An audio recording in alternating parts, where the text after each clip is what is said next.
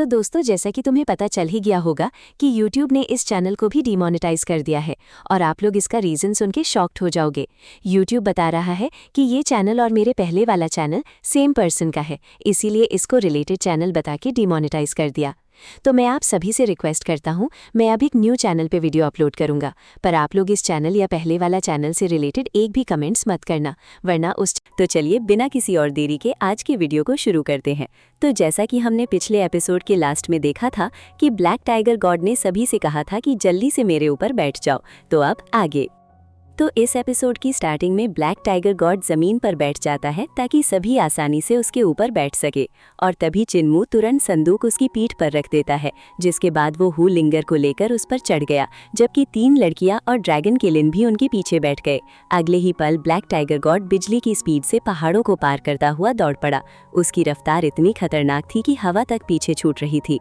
चिन्मू उसकी पीठ पर लेटकर उसकी सांसों को महसूस कर रहा था। हर पल उसकी सांसें और भारी होती जा रही थी। चिन्मू के मन में तुरंत एक ख्याल आया। लगता है सीनियर ब्रदर टाइगर की पूरी लाइफ की कल्टीवेशन फैटी ड्रैगन ने बर्बाद कर दी। एक ही दिन में उसका ब्रेन वॉश कर दिया। बस दुआ है कि ये ज्यादा मोटा ना हो जाए, वरना सीक्रेट टीचर इसे पहचानेगा भी नहीं। लेकिन उसके पास ज्यादा सोचने का वक्त नहीं था। अचानक आसमान और जमीन को हिला देने वाली एक भयानक आवाज गूंजी, जैसे कोई बड़ा डैम टूट गया हो और पानी का समुंदर बह निकला हो। चिन्मू ने तेज हवा को इग्नोर किया और सामने देखा।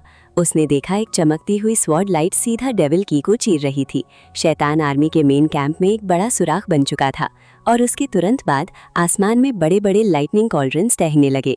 उनके आसपास डिवाइन आर्ट्स प्रैक्टिशनर्स खड़े थे। जैसे ही उन्होंने अपनी डिवाइन आर्ट्स एक्टिवेट की, कॉल्ड्रन से अनेक बिजलियां गिरने लगी और पूरा डेविल कैंप तबाह होने लगा। बिजली के बाद आसमान से हजारों फ्लाइंग स्वॉर्ड शार्ट्स नीचे बरसने लगे। हर तरफ सिर्फ तबाही थी, और उन सबके पीछे फ्लाइंग शिप्स की पूरी सेना आ रही थी। उन शिप्स पर लगे ट्रू ओरिजिन कैनन जमीन को चीर रहे थे। हर कैनन ब्लास्ट डेविल कैंप को मिटा रहा था। चिन्मू की आंखों में चमक आ गई। एटर्नल पीस आर्मी आ गई। उसने तुरंत समझ लिया कि जो स्वॉर्ड लाइट अभी कैंप को चीर कर निकली थी, वो एटर्नल पीस इंपीरियल प्रीसेप्टर की थी। चिन्मू हल्का सा मुस्कुरा दिया। ये आदमी हमेशा सबसे सेफ तरीके से फायदा उठाता है। जो डेविल गॉड हमें मारने कैंप से बाहर निकला था, वही शायद मेन कमांडर था। जैसे ही वो गया, इंपीरियल प्रीसेप्टर ने मौका देखकर फॉर्मेशन तोड़ दिया। सिर्फ वही इतना चालाक हो सकता है। इंपीरियल प्रीसेप्टर का स्वॉर्ड पाथ इतना टेरिफाइंग था कि कोई भी वीकनेस उसकी नज़र से बच नहीं सकती थी। वो अपनी स्वॉर्ड स्किल्स को वॉर पाथ में बदल चुका था, और इसी वजह से हर बैटलफील्ड में उसकी जीत होती थी। अब चिन्मू को थोड़ा सुकून मिला। चाहे ब्लैक टाइगर गॉड बुरी तरह हाँफ रहा था, फिर भी वो सबको डेविल टेरिटरी से बाहर निकालने में सफल हो गया। सबसे आगे एटर्नल पीस इंपीरियल प्रीसेप्टर और ड्यूक वे फ्लाइंग शिप्स के लिए रास्ता खोल रहे थे। लाइटनिंग कॉल्ड्रन्स वाले सोल्जर्स नीचे उतरकर शिप्स पर वापस लैंड करने लगे, और पीछे बीस्ट आर्मीज और डिवाइन आर्ट्स एक्सपर्ट्स की पूरी सेना बैटलफील्ड में उतर चुकी थी। ब्लैक टाइगर गॉड सीधा बैटलफील्ड के बीच में घुस गया। उसने अपना बदन झटका और आसपास के दुश्मनों को उड़ा दिया। फिर उसने अपने 2 बड़े हैमर्स पकड़े और उन्हें हवा की तरह घुमाना शुरू कर दिया। हर स्विंग के साथ डेविल सोल्जर्स टुकड़ों में उड़ रहे थे। धम! जैसे ही उसका हैमर जमीन पर गिरा, एक भयानक शॉकवेव चारों तरफ फैल गई। अनगिनत शैतान हवा में उछल गए। ब्लैक टाइगर गॉड दहाड़ता हुआ एनिमी फॉर्मेशंस को तोड़ता चला गया। तुम लोग पहले पीछे जाओ, मैं यहीं रुककर स्पिरिट पिल्स डाइजेस्ट करूंगा और अपनी एक्स्ट्रा चर्बी खत्म करूंगा, ताकि मेरे लॉर्ड मुझे पहचान सके। ये कहकर वो सीधा फ्रंट लाइन की तरफ दौड़ गया। उसने एक पूरी एनिमी ट्रूप को कुचल दिया और फिर अपना मुंह खोलकर एक डेविल गॉड पर अटैक कर दिया, जो व्हाइट लाइट की बीम बनकर उनकी तरफ आ रहा था। अगला पल वो डेविल गॉड सीधा 100 मील दूर तक उड़ा दिया गया। चिन्मू पूरी तरह स्टन रह गया। उसने मुड़कर ड्रैगन किलिन को देखा, जो आसमान में गोल मटोल बॉडी के साथ उछल रहा था। चिन्मू के दिल में अचानक अजीब सी उदासी आ गई। सीक्रेट टीचर का माउंट ही बेहतर है। थोड़ा ग्रीडी जरूर है, लेकिन कम से कम कल्टीवेशन और फिगर मेंटेन करना तो जानता है। ड्रैगन किलिन भी चुप हो गया। जब उसने चिन्मू के उदास चेहरे को देखा तो वो भी सोच में पड़ गया। तभी एक फ्लाइंग शिप उनके बिल्कुल पास से गुजरा। उसके फ्रंट पर एक यंग जनरल खड़ा था। उसने हाथ हिलाया और गोल्डन लोटसेस हवा में खिल गए। अगले ही पल सब लोग उन लोटसेस पर उतरकर शिप पर पहुंच गए। चिन्मू हैरान हो गया। चिन फेयू, यंग जनरल चिन फेयू ये आर्मर पहना हुआ था, फिर भी उसने हल्का सा झुककर सल्यूट का जवाब दिया। कल्ट मास्टर चिन, प्रिंसेस शू, आर्मर पहने हुए फॉर्मल सल्यूट करना उचित नहीं है। तभी उनके पीछे से एक और आदमी बाहर आया। वो था चिन्यू। उसकी शरीर के चारों तरफ एक छोटा सा ड्रैगन लिपटा हुआ था। चिन्यू कल्ट मास्टर चिन, प्रिंसेस शू और सेंटेस जियांग को प्रणाम करता है। दोनों भाई हेवनली स्ट्रैटेजीज जनरल फैमिली से बिलोंग करते थे और इटर्नल पीस इंपीरियल प्रीसेप्टर के डिसाइपल्स भी थे। ट्रेनिंग के बाद दोनों आर्मी में हाई पोजीशंस तक पहुंच चुके थे। इंपीरियल प्रीसेप्टर के कई डिसाइपल्स आर्मी में बड़े जनरल्स बन चुके थे। लिंग युक्षु का नेचर खुला हुआ था, इसलिए उसकी उन सब हीरो से अच्छी दोस्ती थी।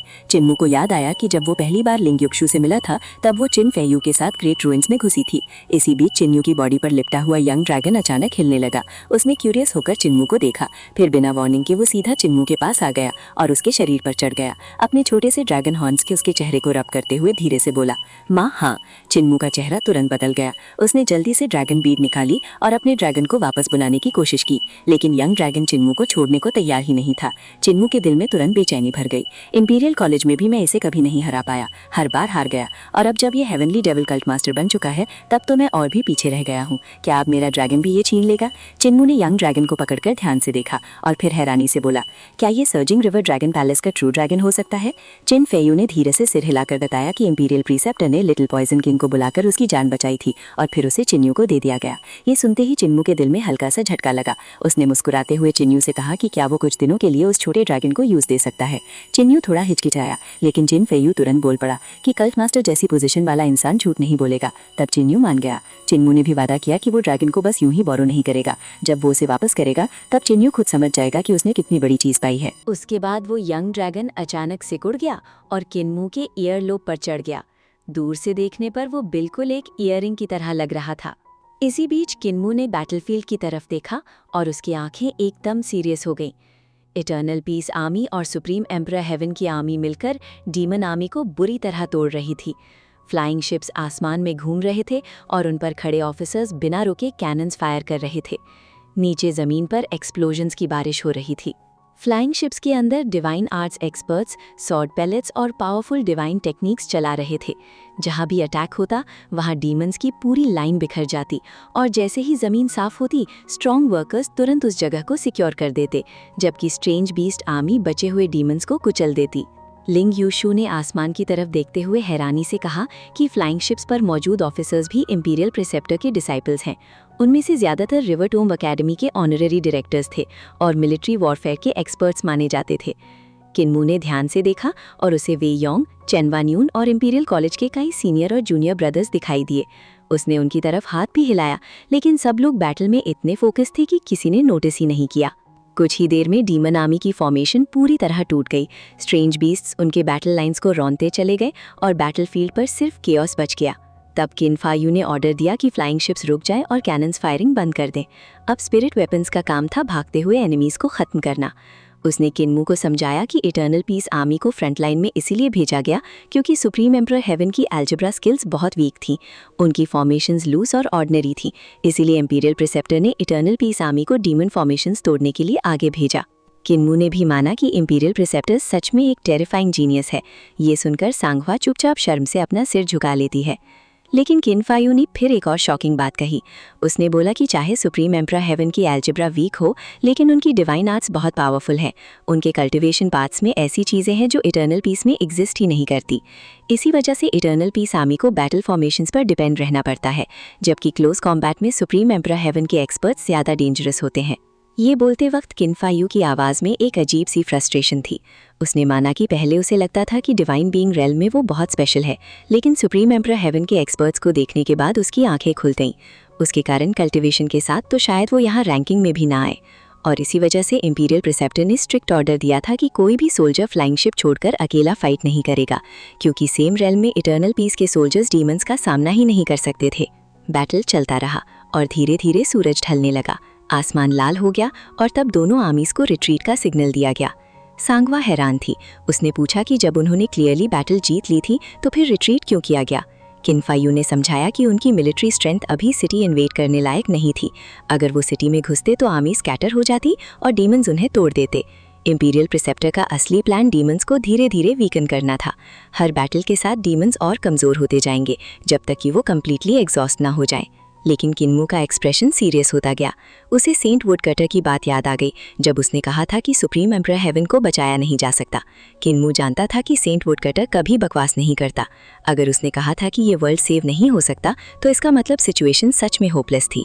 और सबसे डेंजरस बात ये थी कि डीमंस कभी भी इंपीरियल प्रिसेप्टर के प्लान के हिसाब से नहीं चलने वाले थे। फूरिलुआ के पास ज़रूर कोई और टेरिफाइंग प्लान होगा। रात गहरी होने लगी, बैटलफील्ड अंधेरे में डूब गया और तब अचानक डार्कनेस के अंदर काउंटलेस विलो विस्प्स चमकने लगे। छोटी छोटी बोट्स बैटलफील्ड पर तैर रही थी। उन बोट्स पर ओल्ड मैन बैठे थे जिनके चेहरे धुंधले थे। वो योडू से आए थे बैटलफील्ड से मरे हुए हीरोज की सोल्स लेने। चाहे इंसान हो या डीमन, मौत के बाद सबको योडू ही ले जाता था। रिट्रीट करती आर्मीज चुपचाप उन डेथ मैसेंजर्स के पास से गुजरती गईं, जैसे ये सब उनके लिए एक नॉर्मल सीन हो। किन्मू फ्लाइंग शिप के फ्रंट पर खड़ा बैटलफील्ड को देखता रहा। उसके दिल में अजीब सा दर्द था, लेकिन उसने कुछ नहीं कहा। तभी एक छोटी बोट सीधा उसके सामने आकर रुक गई। बोट में खड़ा एक ओल्ड मैन लैंटर्न उठाकर किन्मू के चेहरे पर रोशनी डालने लगा और फिर उसने एक ऐसी बात कही जिसने सबको शॉक कर दिया। किन फांकिंग, तुमने योडू को डिस्टर्ब किया है। अर्थ काउंट तुम्हें बुला रहा है। किन्मू अंदर से हिल गया, लेकिन उसने मुस्कुराते हुए कहा कि शायद उन्होंने गलत इंसान पहचान लिया है। लेकिन ओल्ड मैन ने लैंटर्न उठाए रखा। उसी पल एक काली रोशनी चमकी और ब्लैक टाइगर गॉड अचानक किन्मू के सामने अपीयर हो गया। उसने डेथ मैसेंजर को रोककर कहा कि योडू के मैसेंजर सिर्फ डेड सोल्स के मैटर्स देखते हैं। उन्होंने जिंदा लोगों के मैटर्स में इंटरफेयर करना कब शुरू किया? लैंटर्न के पीछे से ओल्ड मैन की हेवी आवाज सुनाई दी। उसने कहा कि योडू नॉर्मली लिविंग वर्ल्ड के मैटर्स में इंटरफेयर नहीं करता, लेकिन अगर कोई योडू के ऑर्डर को तोड़ दे तो योडू को एक्शन लेना पड़ता है। और फिर उसने सच रिवील किया। किन फांकिंग ने योडू से 48,000 सोल्स को आज़ाद कर दिया था। उसने योडू के रूल्स तोड़ दिए थे। 15 दिन पहले भी वो उसे समन करने आए थे, लेकिन किन फांकिंग के पास एक ऐसा ट्रेजर था जो डेथ मैसेंजर्स को रोक देता था। ये सुनकर इंपीरियल प्रिसेप्टर खुद सामने आए और कोल्ड वॉइस में पूछा, अगर मैं तुम्हें उसे ले जाने न दूं तो? और ओल्ड मैन का जवाब और भी टेरिफाइंग था। उसकी वजह से कई वर्ल्ड्स तबाह हो चुकी हैं। ये सुनते ही किन्मू को अचानक वो सीन याद आ गया जहाँ डथियन डेविल किंग अंधेरे में रो रहा था। एटमॉस्फेयर एकदम साइलेंट हो गया। फिर किन्मू ने धीरे से कहा, imperial preceptor senior brother tiger, और कुछ कहने की जरूरत नहीं है, मैं उनके साथ जाऊंगा। इटर्नल पीस इंपीरियल प्रिसेप्टर की नज़र सीधा उन काउंटलेस विलो द विस्प्स पर जाकर टिक गई। हर तरफ मौत के मैसेंजर्स अपनी लैंटर्न लेकर घूम रहे थे और उनकी छोटी छोटी बोट्स बैटलफील्ड में मरे हुए लोगों की सोल्स को योदू की तरफ ले जा रही थीं। सीन इतना टेरिफाइंग था कि अगर उन्होंने डेथ मैसेंजर्स को चिन्मू को ले जाने से रोकने की कोशिश की होती तो शायद पूरा सुप्रीम एम्परर हेवन एक सफ़ेद कब्रिस्तान बन चुका होता। प्रिसेप्टर ने गहरी नज़र से चिन्मू को देखा, क्योंकि उसे समझ नहीं आ रहा था कि चिन्मू इतनी कामली योदू जाने के लिए रेडी कैसे हो गया। तब चिन्मू धीरे से बोलता है कि वो पहले भी 2 बार योदू जा चुका है।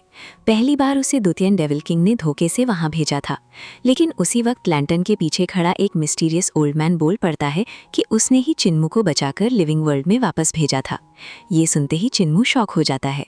वो तुरंत उस ओल्ड मैन का चेहरा देखने की कोशिश करता है, लेकिन लैंटर्न की रोशनी के पीछे उसका असली फेस अब भी कम्प्लीटली हिडन था। उसके बाद चिन्मू बताता है कि दूसरी बार वो ग्रैंड मास्टर, फैटी ड्रैगन और व्हाइट पैट ब्रदर्स के साथ योदू में गिरा था और तब भी वो लोग किसी तरह बचकर वापस आ गए थे। फिर चिन्मू फ्लाइंग शिप से नीचे उतरता है और उस स्मॉल बोट के पास जाकर सबको काम वॉइस में बोलता है कि योदू उतना डेंजरस नहीं है जितना सब लोग समझते हैं। वो बस 48,000 सोल्स के रिटर्न का असली रीज़न और उसकी कॉन्सिक्वेंसेस जानने जा रहा है और काम खत्म होते ही वापस आ जाएगा। लेकिन ड्रैगन किलिन अंदर ही अंदर कम्प्लीटली पैनिक हो रहा था। उसके दिमाग में योदू के हॉरिफाइंग मॉन्स्टर्स और सैटर्न स्टार सॉवरन जैसे टेरिफाइंग एग्जिस्टेंसेस घूम रहे थे। फिर भी वो कुछ नहीं बोलता, क्योंकि उसे डर था कि अगर चिन्मू गुस्सा हो गया तो उसकी स्पिरिट पिल्स बंद हो जाएंगी। ब्लैक टाइगर गॉड भी चिन्मू को रोकना चाहता था, लेकिन इटर्नल पीस इंपीरियल प्रिसेप्टर ने हाथ उठाकर उसे चुप करा दिया। फिर उसने चिन्मू से एक बहुत इंपॉर्टेंट सवाल पूछा, क्या वो अपना बॉडी पीछे छोड़कर जाना चाहता है? चिन्मू तुरंत समझ गया कि प्रिसेप्टर क्या कहना चाहता था। अगर चिन्मू की सोल योदू में फंस जाती तो पावरफुल सोल गाइड टेक्निक के थ्रू उसकी सोल को फोर्सफुली वापस बुलाया जा सकता था, लेकिन चिन्मू ने कामली मना कर दिया। उसने अपने कान से लिटिल ड्रैगन निकाला और सबको गुड बाय कह दिया। उसका मानना था कि बॉडी को साथ ले जाना ज़्यादा सेफ रहेगा। साथ ही उसने कैजुअली बोला कि योदू से लौटने के बाद वो इस लिटिल ड्रैगन को टेम्परेरीली बोरो करेगा। प्रिसेप्टर कंप्लीटली कंफ्यूज हो गया। उसे समझ ही नहीं आ रहा था कि चिन्मू ऐसा डिसीजन क्यों ले रहा था। और तभी वो स्मॉल बोट धीरे धीरे डार्कनेस के अंदर डिसअपियर हो गई। शिप पर वापस आते ही लिटिल ड्रैगन चिन्मू के बॉडी के पास लपेट कर बैठ गया, जबकि इटर्नल पीस इंपीरियल प्रिसेप्टर अब भी क्वाइटली सोच रहा था कि चिन्मू ने अपना बॉडी पीछे क्यों नहीं छोड़ा। इस तरफ चिन्मू अब योदू की तरफ बढ़ रहा था। उसके आसपास काउंटलेस सोल बोट्स डार्कनेस में तैर रही थीं। हर जगह डिम लैंटर्न लाइट्स चमक रही थीं और डिस्टेंस से देखने पर वो पिच ब्लैक स्काई में फ्लोटिंग स्टार्स जैसे लग रही थीं। तब चिन्मू को किंग यामा की बातें याद आती हैं। किंग यामा ने कहा था कि अगर कभी चांस मिले तो उसे कम से कम एक बार योदू जरूर जाना चाहिए। इसी वजह से चिन्मू ने प्रिसेप्टर का सजेशन रिजेक्ट कर दिया था। चिन्मू को लगने लगा था कि योदू में उसके बर्थ का कोई बहुत बड़ा सीक्रेट छुपा हुआ है। अर्थ काउंट का समन एक एक्सट्रीमली रेयर अपॉर्चुनिटी थी और शायद इस जर्नी में उसके ओरिजिन का सच फाइनली सामने आने वाला था। बोट अनबिलीवेबल स्पीड से मूव कर रही थी, लेकिन अंदर बैठे चिन्मू को कोई मूवमेंट फील ही नहीं हो रही थी। सिर्फ ब्लरी वर्ल्ड्स उसके आसपास कंटिन्यूअसली पास हो रही थी। और तभी चिन्मू सडनली शॉक में आ गया। उसने देखा कि जिस बोट पर वो चढ़ा था वो सुप्रीम एम्परर हेवन से बहुत दूर निकल चुकी थी। बोट के सफर के दौरान उसने काउंटलेस डिफरेंट वर्ल्ड्स देखे। हर वर्ल्ड के डार्क स्काई और लैंटर्न लाइट्स एक मिस्टीरियस और अनरियल एटमॉस्फेयर क्रिएट कर रहे थे। चिन्मू उन अननोन वर्ल्ड्स के अंदर चल रही काउंटलेस स्टोरीज के बारे में इमेजिन करने लगा। कहीं ट्रेजेडी होगी, कहीं हिडन बिटरनेस, कहीं हीरोइक बैटल्स और कहीं सिंपल ह्यूमन इमोशंस। लेकिन तभी बोट के फ्रंट पर खड़ा डेथ मैसेंजर फाइनली चिन्मू की तरफ मुड़ता है और एक शॉकिंग ट्रूथ रिवील करता है। वो बोलता है कि असल में ये चिन्मू की योदो की 4th विजिट है और रीजन ये था कि चिन्मू का जन्म ही योदो में हुआ था। ये सुनते ही चिन्मू की क्यूरियोसिटी इंस्टेंटली एक्सप्लोड हो जाती है। वो इमीडिएटली पूछता है कि अगर ऐसा है तो क्या डेथ मैसेंजर उसके बर्थ के बारे में और डिटेल्स बता सकता है। तब डेथ मैसेंजर धीरे से एक और टेरिफाइंग बात रिवील करता है। जब चिन्मू पैदा हुआ था तब उसने पूरे योदो में बहुत बड़ा केओस क्रिएट कर दिया था। सिचुएशन इतनी सीरियस हो गई थी कि योदो की मेजॉरिटी बिग शॉट्स में मिलकर डिसाइड किया कि चिन्मू को एक्साइल कर दिया जाए। चिन्मू कंप्लीटली स्टन रह गया। उसने सोचा कि जब वो पैदा हुआ था तब तो सिर्फ एक बेबी था, तो आखिर एक न्यूबॉर्न चाइल्ड पूरे योदो को कैसे हिला सकता है। लेकिन डेथ मैसेंजर का नेक्स्ट जवाब और भी शॉकिंग था। उसने कहा कि चिन्मू को सिर्फ एक्साइल करना ही ऑलरेडी बहुत बड़ा मर्सी था। उसके अकॉर्डिंग चिन्मू ने जो कुछ किया था उसके बाद उसे और भी टेरिफाइंग पनिशमेंट मिल सकती थी। और सबसे शॉकिंग बात, जब चिन्मू को योदो से बाहर निकाला गया था तब योदो के उन बिग शॉट्स ने खुशी में कई दिन तक सेलिब्रेशन किया था। अब चिन्मू के दिमाग में सिर्फ एक ही सवाल घूम रहा था, आखिर उसने जन्म लेते ही ऐसा क्या कर दिया था जिससे पूरा योदो उससे डरने लगा था। तो दोस्तों, अब किन्मू को लेकर मौत का दूत सीधा योदो की गहराइयों में जा रहा था। छोटी सी कागज की नाव अंधेरे को चीरते हुए एक अजीब सी दुनिया के अंदर घुस गई और जैसे ही किन्मू ने ऊपर देखा उसकी आंखें खुली की खुली रह गई। आसमान में सूरज, चांद, 5 तत्वों की रोशनी और अनेक तारे चमक रहे थे। हर तरफ रंग बिरंगी डिवाइन लाइट फैली हुई थी और उन सब के बीच एक बहुत बड़ा डिवाइन ब्रिज हवा में टंगा हुआ था, जिसके ऊपर एक डेटी जैसी प्राइमोर्डियल स्पिरिट खड़ी थी। किन्मू तुरंत समझ गया कि ये किसी डिवाइन ब्रिज रेल्म के पावरफुल कल्टिवेटर का डिवाइन ट्रेजर है। मतलब वो लोग सीधा किसी महान एक्सपर्ट के डिवाइन ट्रेजर के अंदर घुस आए थे। तभी मौत के दूत ने एक नोटबुक निकाली और उसमें लिखा नाम पढ़कर बोला, हानजेन, तुम्हारी उम्र खत्म हो चुकी है। 3 दिन बाद मैं तुम्हें लेने आऊँगा। जो करना है कर लो। ब्रिज के ऊपर खड़ी प्राइमोर्डियल स्पिरिट ने नीचे देखा और शांत आवाज में जवाब दिया, समझ गया, मुझे 3 दिन देने के लिए धन्यवाद। उसके बाद कागज की नाव वापस योदो के अंधेरे में लौट गई और आगे बढ़ने लगी। रास्ते में मौत के दूत ने किन्मू को एक बहुत बड़ा राज बताया। उसने कहा कि जब भी कोई इंसान पैदा होता है तभी उसका अर्थ काउंट के साथ एक कॉन्ट्रैक्ट बन जाता है। जब उसकी उम्र पूरी होती है उसकी सोल सीधा योदो लाई जाती है। मौत के दूत ने बताया कि पहले वो किन्मू के life and death divine treasure में घुसकर उसे मैसेज देने वाला था, लेकिन किन्मू के शरीर पर मौजूद एक ट्रेजर की वजह से वो अंदर घुस ही नहीं पाया। ये सुनकर किन्मू और भी हैरान हो गया, क्योंकि वो अभी 6 डायरेक्शंस रेल्म में था और उसका life and death divine treasure अभी खुला भी नहीं था। फिर भी मौत का दूत उसमें घुस सकता था। मौत के दूत ने समझाया कि आम लोगों के लिए डिवाइन ट्रेजर बंद होते हैं, लेकिन योदो के मौत के दूतों के लिए सब कुछ खुला होता है। वो लोग सीधा इंसान के सपनों में जा सकते हैं। तब किन्मू ने अपना जेड पेंडेंट निकाला और पूछा, क्या तुम इसी ट्रेजर की बात कर रहे हो? जैसे ही पेंडेंट दिखा, मौत का दूत तुरंत घबरा गया और बोला, इसे संभाल कर पहनो, कभी मत उतारना। किन्मू ने पेंडेंट को तुरंत कपड़ों के अंदर छुपा लिया, लेकिन उस वक्त मौत का दूत अचानक और भी ज्यादा सतर्क हो गया। उसने एक पीला तालिस्मान निकाला और किन्मू के चेहरे पर चिपका दिया। फिर उसने अपनी लैंटर्न उठाकर अंधेरे में रोशनी डाली और जोर से बोला, कौन सा डाओ फ्रेंड यहाँ छुपा हुआ है? अचानक अंधेरे में कुछ हिलता हुआ दिखाई दिया। लैंटर्न की रोशनी एक चिपचिपे शरीर पर पड़ी जिसके स्केल्स अजीब रोशनी रिफ्लेक्ट कर रहे थे। उसके बाद चारों तरफ से अजीब हंसी गूंजने लगी। बड़ी बड़ी शैतानी आंखें अंधेरे में चमकने लगी जो पूरी नाव को घूर रही थीं। उन्होंने कहा, अर्थ काउंट उससे मिलना चाहता है, इसलिए हम रुकावट नहीं डालेंगे, लेकिन हमें भी अपने मालिक को जवाब देना है। उसका चेहरा दिखाओ। मौत का दूत ठंडी हंसी हंसा और मना कर दिया। उसके तुरंत बाद और भी नाव आ गई। हर नाव पर मौत के दूत खड़े थे। कुछ ही पल में लगभग 70 नाव एक साथ जमा हो गईं। मौत के दूत ने किन्मू की तरफ देखकर कहा, अब हमें उनसे डरने की जरूरत नहीं। किन्मू ने पूछा, वो लोग थे कौन? मौत के दूत ने धीरे से जवाब दिया, स्वर्ग के पाले हुए गॉड्स और डेविल्स। नाव लगातार यूदू की गहराइयों में बढ़ती रही और आखिरकार किन्मू ने एक बार फिर अर्थ काउंट को देखा, लेकिन इस बार भी उसने सिर्फ उसके 9 मुड़े हुए सिंग देखे। वो सिंग इतने बड़े थे कि उनके ऊपर अलग अलग वर्ल्ड्स बने हुए थे। हर जगह वॉल्केनो फट रहे थे और लावा की नदियां बह रही थीं। नाव एक ऐसी दुनिया से गुजरी जहां काउंटलेस सोल्स चलते हुए मैग्मा के बीच मुश्किल से चल रही थी। काफी देर बाद वो लोग एक अजीब जमीन पर पहुंचे जहां कोई नरक नहीं था, बस बहुत बड़े और शानदार पैलेसेस बने हुए थे। नाव धीरे से एक महल के सामने रुक गई। महल के हॉल पर यूदू की लैंग्वेज में कुछ लिखा हुआ था। किन्मू ने देखा और तुरंत समझ गया, palace of the benevolent saint king equal to heaven. मौत का दूत किन्मू को अंदर ले गया और बोला, तुम्हारा शरीर बहुत छोटा है, अर्थ काउंट तुमसे डायरेक्टली नहीं मिल सकता, इसलिए उसका एक क्लोन तुमसे बात करेगा। इंतजार करते वक्त किन्मू महल की दीवारों पर बनी पेंटिंग्स देखने लगा। हर पेंटिंग में पुरानी लेजेंड्स और कहानियां बनी हुई थी। तभी अचानक हॉल के बीच से मैग्मा उबलने लगा, जमीन पिघल गई और लावा घूमते हुए एक बड़ा सा रूप लेने लगा। धीरे धीरे 2 विशाल सिंह उभरकर सामने आए और उनके पीछे अर्थ काउंट का असली रूप। वो 30 गज से भी ज्यादा लंबा था। मौत का दूत तुरंत घुटनों पर बैठ गया और एक मोटी किताब निकालकर बोला, मैं किन फिंगशिंग को ले आया हूँ। इसने जो पाप किए हैं सब इस किताब में लिखे हैं। किन्मू तुरंत किताब के पास गया और देखते ही हैरान रह गया। किताब इतनी मोटी थी कि जैसे उसने पूरी जिंदगी सिर्फ पाप ही किए हों।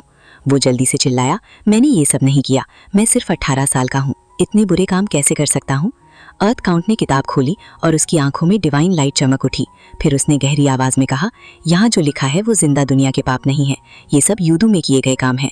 उसके बाद अर्थ काउंट ने सीधा किन्मू की तरफ देखा और पूछा, क्या मैंने तुम्हारे लिए जो जेड पेंडेंट बनाया था वो अभी भी तुम्हारे पास है? मुझे महसूस हो रहा है कि उसकी सील धीरे धीरे कमजोर पड़ रही है। चिन्मू की आंखें शौक से फट गई थी। उसका दिल जोर से कांप उठा। क्या उसका जेड पेंडेंट सच में अर्थ काउंट ने बनाया था? ये कैसे पॉसिबल था? वो जेड पेंडेंट तो चिन फैमिली की निशानी होनी चाहिए थी। बचपन से वो उसके साथ था, तो फिर अर्थ काउंट का उससे क्या कनेक्शन था? और सबसे बड़ा सवाल, क्या अर्थ काउंट ने उसे सील किया था? लेकिन क्यों? चिन्मू को तो बस एक बच्चा होना चाहिए था, फिर उसने ऐसा क्या पाप किया था कि उसे सील करना पड़ा? उसके दिमाग में कुछ भी याद नहीं आ रहा था। इटर्नल पीस एम्पायर में हर कोई कल्ट मास्टर चिन को एक काइंड, राइचस और ओपन माइंडेड इंसान मानता था, तो फिर उसका पास्ट इतना डार्क कैसे हो सकता था? तभी मैग्मा अर्थ काउंट ने कामली कहा, सील ढीली पड़ गई होगी। वो अपनी मैसिव बुक को बहुत फास्ट स्पीड से पलट रहा था। कुछ गॉड्स और डेविल्स ने पहले भी सील तोड़ने की कोशिश की थी, वो सक्सेसफुल नहीं हुए, लेकिन लगता है सील लूज हो गई थी और तुम लगभग बाहर आ ही गए थे। कोई बात नहीं, बाद में इसे और स्ट्रांग बना दूंगा। ये सुनते ही चिन्मू के अंदर एक ठंडी सी लहर दौड़ गई। फिर अर्थ काउंट ने उसके सारे क्राइम्स पढ़ना शुरू किए और जब वो लास्ट पेज पर पहुंचा, उसने डीप वॉइस में कहा, सुप्रीम एम्परर हेवन की डेंजरस लैंड में चिन फैमिली के डिसेंडेंट चिन फेंगफेंग ने सोल गाइड का यूज करके यूदू को डिस्टॉर्ब किया, जबरदस्ती 48,000 सोल्स को कैप्चर किया और मैसेंजर ऑफ डेथ को इंजर कर दिया। चिन्मू तुरंत बोल पड़ा, 48,000 सोल्स को ले जाना मेरा काम था, लेकिन मैसेंजर ऑफ डेथ को इंजर करना मेरा नहीं था। वो 7 किल स्टार सॉवरेन वे लियाओ ने किया था। अगर ब्लेम देना है तो उसे दो। मैग्मा अर्थ काउंट ने अपना जायंट हेड घुमाकर एल्डर मैसेंजर ऑफ डेथ की तरफ देखा। क्या सच में 7 किल स्टार सॉवरेन वे लियाओ ने मैसेंजर ऑफ डेथ को इंजर किया था? एल्डर मैसेंजर ऑफ डेथ ने कामली जवाब दिया, लाइफ एंड डेथ बुक में 7 किल स्टार सॉवरेन वे लियाओ का नाम था, लेकिन 20,000 साल पहले उसकी डेथ और सोल डिस्ट्रक्शन के बाद उसका नाम हटा दिया गया। अब वो यूदू के कंट्रोल में नहीं है। लेकिन 48,000 सोल्स के एस्केप होने की असली वजह थी चिन फेंगफेंग का उसकी सोल को वापस लाना और रिस्टोर करना। इसीलिए मैसेंजर ऑफ डेथ को इंजर करने का डेट चिन फेंगफेंग के नाम पर ही रिकॉर्ड होगा। आफ्टर ऑल वो अभी भी जिंदा है। ये सुनते ही चिन्मू का एक्सप्रेशन डार्क हो गया। मैग्मा अर्थ काउंट ने उसकी तरफ देखा, क्या तुम इस डेट को एक्सेप्ट करते हो? बिल्कुल नहीं। चिन्मू ने बिना सोचे तुरंत मना कर दिया, लेकिन अर्थ काउंट ने बिना इमोशन के एल्डर मैसेंजर ऑफ डेथ को ऑर्डर दिया, उसके नाम पर रिकॉर्ड कर दो, फ्यूचर में सेटल कर लेगा। चिन्मू का चेहरा काला पड़ गया। अगर मेरी बात सुननी ही नहीं थी तो मुझसे पूछा क्यों? लेकिन उसने अर्थ काउंट की एक बात नोटिस की, फ्यूचर में सेटल कर लेगा। इसका मतलब अर्थ काउंट अभी पनिशमेंट देने नहीं आया था, वो सिर्फ कॉज और कॉन्सिक्वेंस की बात कर रहा था। फिर मैग्मा अर्थ काउंट ने बुक बंद की और नीचे खड़े छोटे से चिन्मू को घूर कर देखा। तुमने यूदू के ऑर्डर को क्यों तोड़ा? तुमने सोल्स फॉर लिविंग वर्ल्ड में क्यों बुलाया? क्या तुम्हें कुछ याद आया? क्या तुम्हारे माइंड में यूदू की इमेजेस फ्लैश हुई? चिन्मू एक सेकंड के लिए ब्लैंक हो गया, फिर उसने सिर हिला दिया। जब मुझे यूदू से एग्जाइल किया गया था तब मैं शायद 1 या 2 महीने का ही था, तो मेरे माइंड में यूदू की मेमोरीज कैसे हो सकती हैं? फिर उसने सोल गाइड को मारने की पूरी वजह एक्सप्लेन की और चुपचाप पनिशमेंट का वेट करने लगा। मैग्मा अर्थ काउंट उसे कंटिन्यूअसली घूरता रहा। कुछ देर बाद उसने फिर पूछा, सच में तुम्हें कुछ याद नहीं? तुम्हारे दिमाग में कोई इमेज नहीं आती? चिन्मू कंफ्यूज्ड होकर हंसा, मुझे क्या याद आना चाहिए? तब अर्थ काउंट ने एक और डेंजरस सवाल पूछा, अगर तुम्हें कुछ याद नहीं तो तुम यूदो लैंग्वेज में प्रोफिशिएंट कैसे हो गए? उसकी आंखें ऐसे लग रही थीं जैसे चिन्मू की सोल तक देख सकती हों। यूदू लैंग्वेज को मास्टर करने का मतलब है यूदू के पाथ्स, स्किल्स और डिवाइन आर्ट्स को सीखना। ये डेविल पाथ डिवाइन ट्रेजर्स का डोर खोल सकता है। क्या तुम क्यूरियस नहीं हो कि तुम डेविल पाथ डिवाइन ट्रेजर्स कैसे ओपन कर पाए? तब एल्डर मैसेंजर ऑफ डेथ भी बोल पड़ा, डेविल्स यूदू के डेविल गॉड्स के डिसेंडेंट्स होते हैं, इसीलिए वो naturally devil path divine treasures खोल सकते हैं। लेकिन तुम ये जानने के लिए क्यूरियस नहीं हो कि तुम भी ये कैसे कर पाए? चिन्मू की आंखें एक्साइटमेंट से चमक उठी। हाँ, मैं डेविल पाथ और गॉड पाथ दोनों डिवाइन ट्रेजर्स कैसे ओपन कर पाया? एल्डर मैसेंजर धीरे से बोला, क्योंकि तुम केयरफ्री विलेज के डिसेंडेंट हो और एक लाइफ फॉर्म भी हो जो यूदू में बॉर्न हुआ था। लेकिन उसके सेंटेंस कंप्लीट करने से पहले ही मैग्मा अर्थ काउंट ने उसे रोक दिया। उसे ये सब जानने की जरूरत नहीं, हम उसे इंटेरोगेट करने आए हैं, सीक्रेट्स रिवील करने नहीं। ये सुनते ही एल्डर मैसेंजर ऑफ डेथ को रियलाइजेशन हुआ और वो हल्का सा हंसा, इस ब्राट ने मुझे ट्रिक कर दिया। इसका एक्सप्रेशन बहुत डिसेप्टिव है, ये धीरे धीरे हमसे सीक्रेट्स निकलवा रहा था। चिन्मू ऑकवर्ड होकर शर्मा गया। ऑफिशियल सॉवरेन ने मेरी क्यूरियोसिटी जगाई थी, मैं बस पूछ रहा था, मैं आपसे सीक्रेट्स निकालने की कोशिश नहीं कर रहा था। मैं तो बस एक सिंपल सा 18 ईयर्स ओल्ड बच्चा हूँ। एल्डर मैसेंजर ऑफ डेथ ने सिर हिला दिया। मुझे समझ ही नहीं आ रहा ये लड़का कब सच बोलता है और कब झूठ। तो दोस्तों, मैग्मा अर्थ काउंट चिन्मू को बहुत अच्छी तरह समझता था। उसने तुरंत समझ लिया कि चिन्मू जो भी बोल रहा था उसके पीछे कोई ना कोई हिडन मोटिव जरूर है। उसने एल्डर मैसेंजर ऑफ डेथ से कहा कि जब चिन्मू ने सोल्स को वापस उस डेंजरस जगह पर लाने की बात की थी तब उसका हर एक वर्ड सच था। लेकिन उसके बाद उसने बहुत कुछ बोला जरूर, पर असल में कुछ भी रिवील नहीं किया, बल्कि वो उल्टा उनसे ही सच निकलवाने की कोशिश कर रहा था। एल्डर मैसेंजर ऑफ डेथ ने ध्यान से सोचा और उसे भी महसूस हुआ कि बात बिल्कुल सही थी। उसके बाद चिन्मू ने एक इनोसेंट एक्सप्रेशन के साथ कहा कि उसका नेचर ऐसा नहीं है, बस उसके विलेज के एल्डर्स ने उसे कुछ बुरी आदतें सिखा दी थी। और उसने ये भी बोला कि उसे यूदू की कोई याद नहीं आती। मैग्मा अर्थ काउंट ने तुरंत जवाब दिया कि ये बात सच है। सील अभी भी मौजूद थी, इसीलिए सिर्फ लैंग्वेज की मेमोरी ही अवेकन हुई थी। चिन्मू को अपने पास्ट के एक्सपीरियंसेस का कुछ भी याद नहीं था। फिर चिन्मू ने फोरहेड से बहते पसीने के साथ एक और डेंजरस सवाल पूछ लिया। उसने पूछा कि उसने पहले कुछ लोगों को मारा है, तो क्या उसके सिन्स और भी हेवी हो जाएंगे? मैग्मा अर्थ काउंट ने बिना डिले के समझ लिया कि ये सवाल भी फेक था। किन्मो असल में यूदू के रूल्स और पनिशमेंट के बारे में इंफॉर्मेशन कलेक्ट कर रहा था, लेकिन क्योंकि ये कोई सीक्रेट नहीं था इसलिए उसने एल्डर मैसेंजर को जवाब देने दिया। एल्डर मैसेंजर ऑफ डेथ ने ठंडी आवाज में कहा कि डेथ के बाद सभी सिन्स इक्वल माने जाते हैं। यूदू कोई जस्टिस की जगह नहीं है, बल्कि प्योर डेथ का वर्ल्ड है। जब तक किसी ने हॉरिफाइंग क्राइम्स नहीं किए या यूदू के ऑर्डर को डिस्टर्ब नहीं किया, तब तक अर्थ काउंट उसे नहीं खाएगा। ये सुनते ही किन्मू ने रिलीफ की सांस ली, लेकिन उसकी रिलीफ ज्यादा देर तक नहीं टिक पाई। एल्डर मैसेंजर ने तुरंत अगला सेंटेंस बोला कि जो लोग टेरिफाइंग क्राइम्स करते हैं उन्हें कार्मा फायर में जलना पड़ता है, और अर्थ काउंट उनके सिन्स और कार्मा फायर को एब्जॉर्ब करने के लिए उन्हें खा जाता है। और जो लोग यूदू के ऑर्डर को डिस्टर्ब करते हैं या डेड सोल्स को रेस्ट नहीं करने देते, उनका भी वही एंड होता है। ये सुनते ही किन्मू फिर से नर्वस हो गया, लेकिन एल्डर मैसेंजर ने उसके एक्सप्रेशन को देखकर थोड़ा सेटिस्फाई होते हुए कहा कि अभी किन्मू जिंदा है और यूदू लिविंग वर्ल्ड के मैटर्स में इंटरफेयर नहीं करता, इसलिए अभी उसे पनिश नहीं किया जा सकता। उसके मरने के बाद ही सब डिसाइड होगा। तभी मैग्मा अर्थ काउंट ने एल्डर मैसेंजर को रोक दिया और बोला कि वो फिर से किन्मू के एक्सप्रेशंस के जाल में फंस गया है। किन्मू असल में ये कंफर्म करना चाहता था कि क्या उसे अभी पनिशमेंट मिलेगी या नहीं। एल्डर मैसेंजर शॉक्ड रह गया, उसे समझ ही नहीं आ रहा था कि किन्मू जैसे इंसान से बचना इतना डिफिकल्ट क्यों है। इस बार मैग्मा अर्थ काउंट ने खुद किन्मू को ऑब्जर्व करना शुरू किया। किन्मू बिल्कुल ओबीडियंट बनकर चुप खड़ा रहा, लेकिन उसकी काम एक्सप्रेशन के पीछे क्या चल रहा था ये कोई समझ नहीं पा रहा था। कुछ देर सोचने के बाद मैग्मा अर्थ काउंट ने बिना कुछ कहे अपनी फिंगर उठाई। किन्मू के नेक पर लटका जेड पेंडेंट धीरे धीरे हवा में उठकर उसकी पाम पर आ गया। उसके बाद अर्थ काउंट ने अपने हेड का एक लॉन्ग हॉर्न तोड़ दिया और सीधा जेड पेंडेंट के अंदर घुसा दिया। पूरा हॉर्न पेंडेंट के अंदर एब्जॉर्ब हो गया और कोई ट्रेस भी नहीं छोड़ा। अचानक जेड पेंडेंट से फ्लेम्स के रिंग्स निकलने लगे और कुछ ही सेकंड्स में वो सब डिसअपियर हो गए। पेंडेंट वापस उड़कर किन्मू के नेक पर आ गया। किन्मू ने बिना कुछ बोले उसे अपनी शर्ट के अंदर छुपा लिया। मैग्मा अर्थ काउंट ने कामली कहा कि वो सिर्फ पेंडेंट की सील चेक करना चाहता था। अब सील स्टेबल हो चुकी थी, इसलिए अब किन्मू को वापस भेज दिया जाएगा और उसके मरने के बाद ही बाकी सब डिस्कस होगा। एल्डर मैसेंजर कुछ और बोलने ही वाला था, लेकिन अर्थ काउंट की एक नज़र ने उसे तुरंत चुप करा दिया। अगली ही सेकंड मैग्मा अर्थ काउंट का जायंट बॉडी मैग्मा के अंदर डिसअपियर होने लगा। जाते वक्त उसने वार्निंग दी कि कोई भी किन्मू के जेड पेंडेंट को टच नहीं करेगा और एल्डर मैसेंजर को स्पेशली ऑर्डर दिया कि किन्मू से ज़्यादा बात ना करे। लेकिन तभी किन्मू ने जल्दी से एक सवाल पूछ लिया। उसने पूछा कि क्या वो अपनी मदर से मिल सकता है? ये सुनते ही मैग्मा अर्थ काउंट बिना जवाब दिए गायब हो गया। किन्मू का एक्सप्रेशन धीरे धीरे ब्लैंक हो गया। फिर उसने धीमी आवाज़ में कहा कि वो सिर्फ अपनी मदर को देखना चाहता था, उसने उन्हें कभी नहीं देखा था। उसकी आवाज़ में जो लोनलीनेस थी उसने एल्डर मैसेंजर ऑफ डेथ को भी डिस्टर्ब कर दिया। किन्मू ने होपफुल आइज़ के साथ पूछा कि क्या उसकी मदर अभी भी अलाइव है। एल्डर मैसेंजर कुछ सेकंड्स तक हेजिटेट करता रहा। उसके माइंड में अर्थ काउंट का ऑर्डर भी था, लेकिन किन्मू का एक्सप्रेशन उसका हार्ट शेक कर रहा था। आखिर में उसने बस हल्का सा हेड नॉट कर दिया। ये देखते ही किन्मू की आंखों में एक्साइटमेंट चमक उठी, लेकिन एल्डर मैसेंजर ने तुरंत कहा कि अब और क्वेश्चंस मत पूछना। वो ऑलरेडी अर्थ काउंट के ऑर्डर्स के अगेंस्ट जा चुका था। उसने किन्मू को लिविंग वर्ल्ड में वापस भेजने का डिसीजन लिया। दोनों एक स्मॉल बोट पर बैठ गए और साइलेंटली डार्कनेस में ट्रैवल करने लगे।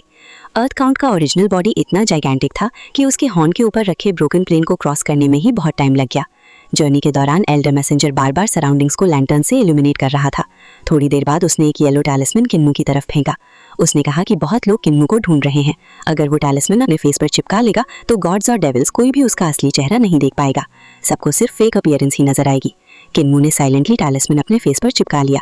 एल्डर मैसेंजर ने क्यूरियस होकर पूछा कि किन्मू ने अब तक कोई लूप होल या ट्रैप क्यों नहीं निकाला। किन्मू ने डिसअपॉइंटेड टोन में जवाब दिया कि अब उसका कोई इंटरेस्ट नहीं है। एल्डर मैसेंजर हल्का सा हंसा और बोला कि छोटा बच्चा नखरे कर रहा है। लेकिन उसी मोमेंट स्मॉल बोट अचानक रुक गई। एल्डर मैसेंजर तुरंत खड़ा हो गया और लैंटर्न उठाकर कोल्ड टोन में बोला कि क्या वो लोग अभी भी गिव अप नहीं करेंगे। डार्कनेस के अंदर से एक स्ट्रेंज मिक्स्ड वॉइस सुनाई दी। उन्होंने कहा कि उन्हें बस किन्मू की आइडेंटिटी और फेस चाहिए, अभी उसकी लाइफ नहीं। एल्डर मैसेंजर ने डेंजरस ऑरा के साथ वार्निंग दी कि अगर उसका ट्रू बॉडी नीचे आ गया तो वो लोग गोस्ट बनने लायक भी नहीं बचेंगे। इसी बीच किन्मू ने secretly life and death book निकाली जो उसने शामन गॉड कोई से ली थी। उसने बुक को डार्कनेस की तरफ शाइन किया। जैसे ही एक नेम पेज पर अपीयर हुआ, किन्मू का बॉडी कांप गया। डार्कनेस से एक क्रीपी लाफ्टर सुनाई दिया और वो प्रेजेंस इंस्टेंटली दूर चली गई। एल्डर मैसेंजर ने जब किन्मू के हाथ में लाइफ एंड डेथ बुक देखी तो उसने गहरी सांस ली और बोला कि अब किन्मू उस एनिमी की रियल आइडेंटिटी जान चुका है, लेकिन बदले में वो एनिमी भी किन्मू की रियल आइडेंटिटी समझ गया है। और क्योंकि हेवन की लाइफ एंड डेथ बुक बहुत रेयर होती है, इसलिए उस एनिमी को किन्मू तक पहुंचने में ज्यादा टाइम नहीं लगेगा। ये सुनते ही किन्मू फाइनली समझ गया कि अभी जो गेम हुआ था उसका असली मतलब क्या था। तो दोस्तों आज के लिए इतना ही। तो जाने से पहले याद से वीडियो को लाइक, हाइप, शेयर और कमेंट वगैरह कर देना। तो चलिए मिलते हैं किसी और नए वीडियो के साथ। Bye bye, take care.